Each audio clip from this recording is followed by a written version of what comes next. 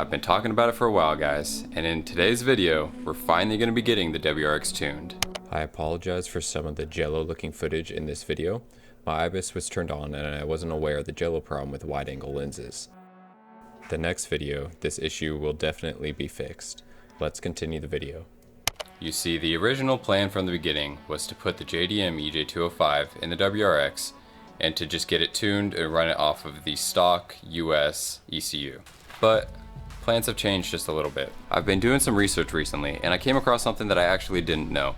One of the main reasons I was just going to go the US ECU route without using the AVCS was mainly because it has been almost impossible to find a JDM ECU so that I could use it with the car.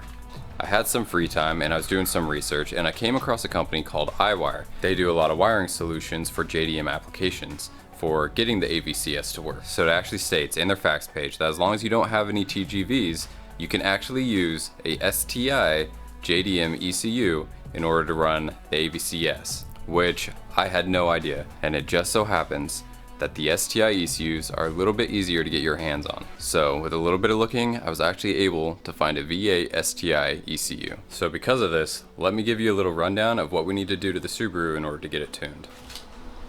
So basically we have 3 steps that we need to get done. First thing is we need to swap the ECU, because I need to get the map from the JDM ECU and send it to the tuner because they requested it. Then we need to change out the TGVs for the JDM TGV deletes as well as the JDM wiring harness. And then third, we need to add the iWire bulkhead wiring kit, which adds the AVCS wiring from the JDM harness to the ECU so that it can communicate and control the AVCS.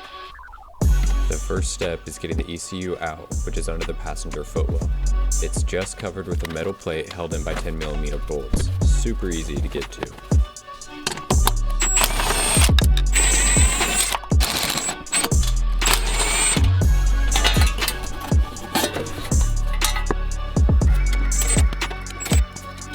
Make sure before messing with the ECU that you unhook the battery. The last thing we want is a break or messed up ECU.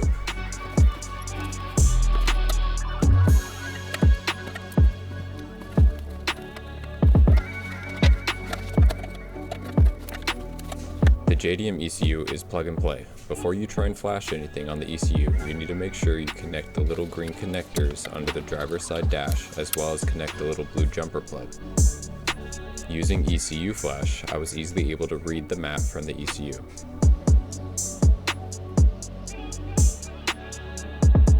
The JDM ECU is now all in. I still don't have it bolted fully back up because we still need to run the AVCS wiring, so we still need to access those plugs.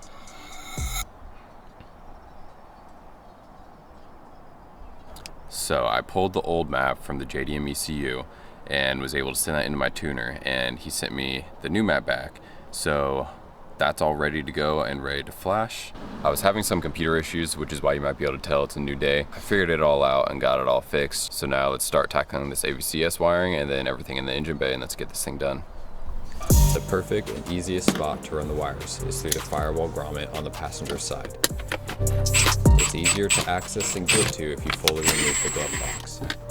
Then sticking a screwdriver through, you'll easily be able to look straight through and see where it comes in at. The wiring has 2 sides. The first doesn't have the weather grommets. This is the ECU side and the side you want to push through the grommet. The other ones are the engine bay side.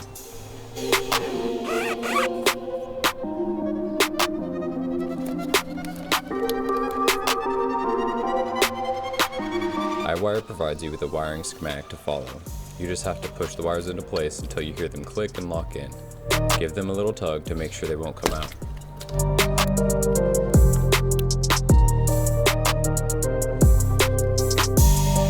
The ECU plug has a little lock that you have to pry up. I definitely tore mine up a little, it doesn't want to move sometimes. Then it's the same process. Follow the schematic and just push them in until they lock. Then assemble everything back up.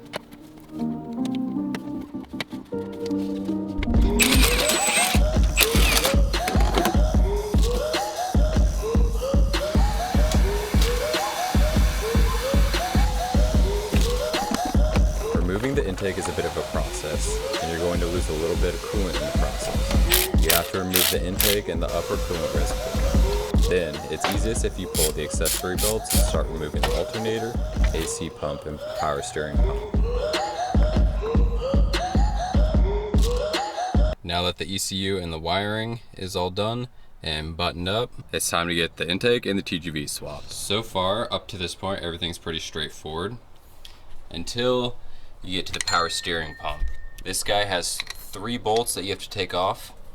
One is right down here where my middle finger is. One is right back in that hole. And there's one directly under the power steering pump pulley, which is right down here. I got it decently easy with one of these flex head ratchets going in from the right side.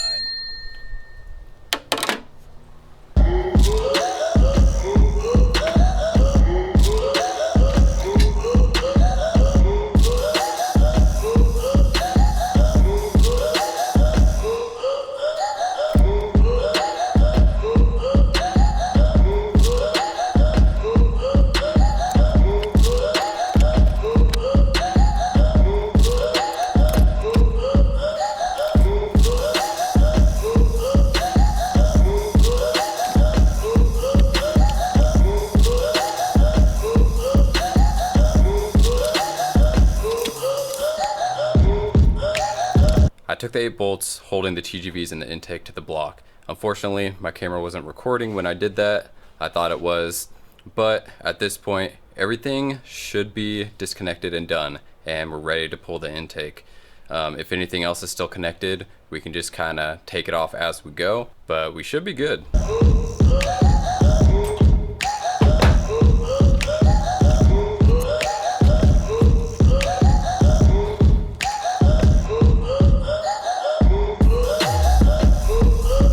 Check it out, the stock intake is off. So real fast, the difference between the US and the JDM TGV valves is, looking at this one, you can see the little butterfly valve inside versus the JDM one is just straight through.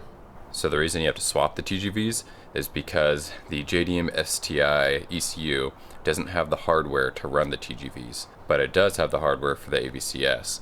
So as long as you take the TGVs off, which they don't have them in Japan anyways, then you're good to go.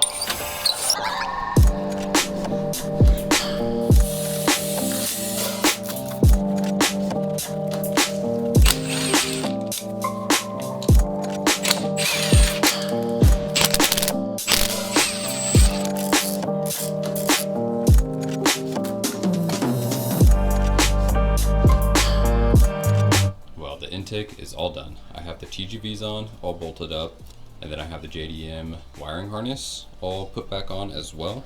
I had to do a little bit of surgery with the JDM harness. If you've watched one of my other videos with smogging the EJ205, I cut off some of the pigtails from the JDM harness so that I could just spoof it on the US harness. So I actually had to put them back on and solder them back on, but it's ready to go in the car. So we just need to put this whole mess back together, and then we're finally ready to tune it.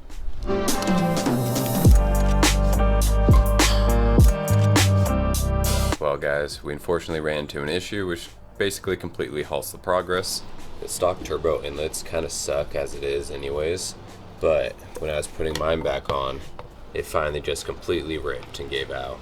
So I called around to a couple recyclers and a couple other places, and I haven't been able to find one. So unfortunately, I have to order one online, and it's basically halt all progress until we're able to get that thing in, because the only thing that we have left to do is to get the intake and everything put back together, and then it's just tuning it. So unfortunately, this is going to be a 2-parter, so I appreciate you guys for watching this far, but I'll see you guys in the next one.